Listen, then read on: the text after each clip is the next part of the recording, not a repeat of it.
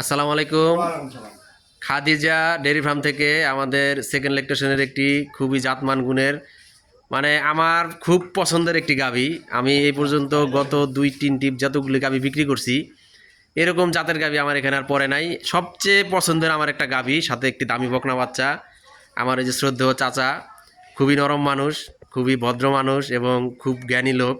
ওনার সাথে আজকে 4-5 দিন কথাবার্তায় আমি যতটুকু বুঝছি, উনি একজন অভিজ্ঞ খামারি এবং অভিজ্ঞ লোক। তো এই গাভীটি আমার পছন্দে, চাচার পছন্দ না, কাকার এই গাভী পছন্দ না, আমার পছন্দে, আমার ব্যক্তিগত পছন্দ থেকে আমি এই গাভীটি আমি এই চাচার হাতে তুলে দিলাম, চাচারে দিলাম।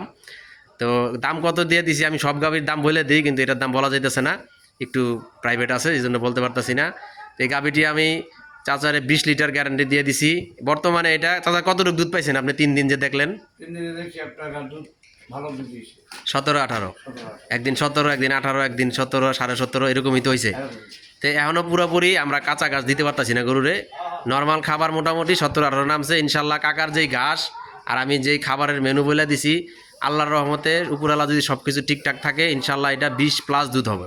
তারপর আমি বলছি কাকা আপনি 18-20 কেজি ধরে নেন। আল্লাহর রহমতে সবাই দোয়া করবেন আমার এই শ্রদ্ধেয় চাচা যাতে গাভীটা পাইলা ভবিষ্যতে এই বাচ্চাটা যে গাভী বানাইতে পারে, অর্পের থেকে যে আরও 2-4টা বিয়ার নিতে পারে, সবাই আমার এই চাচার জন্য দোয়া করবেন। আর আমাদের খামারের ঠিকানা মুন্সিগঞ্জ জেলা, সিরাজদিগান থানা, মালখানগর ইউনিয়ন, কাজিরবাগ গ্রামে আমাদের এই খামারটি অবস্থিত। তো অবশ্যই আপনারা আমাদের এই চ্যানেলটি সাবস্ক্রাইব করে দিবেন। আমাদের চ্যানেলের নাম বিক্রমপুর কৃষি টিভি।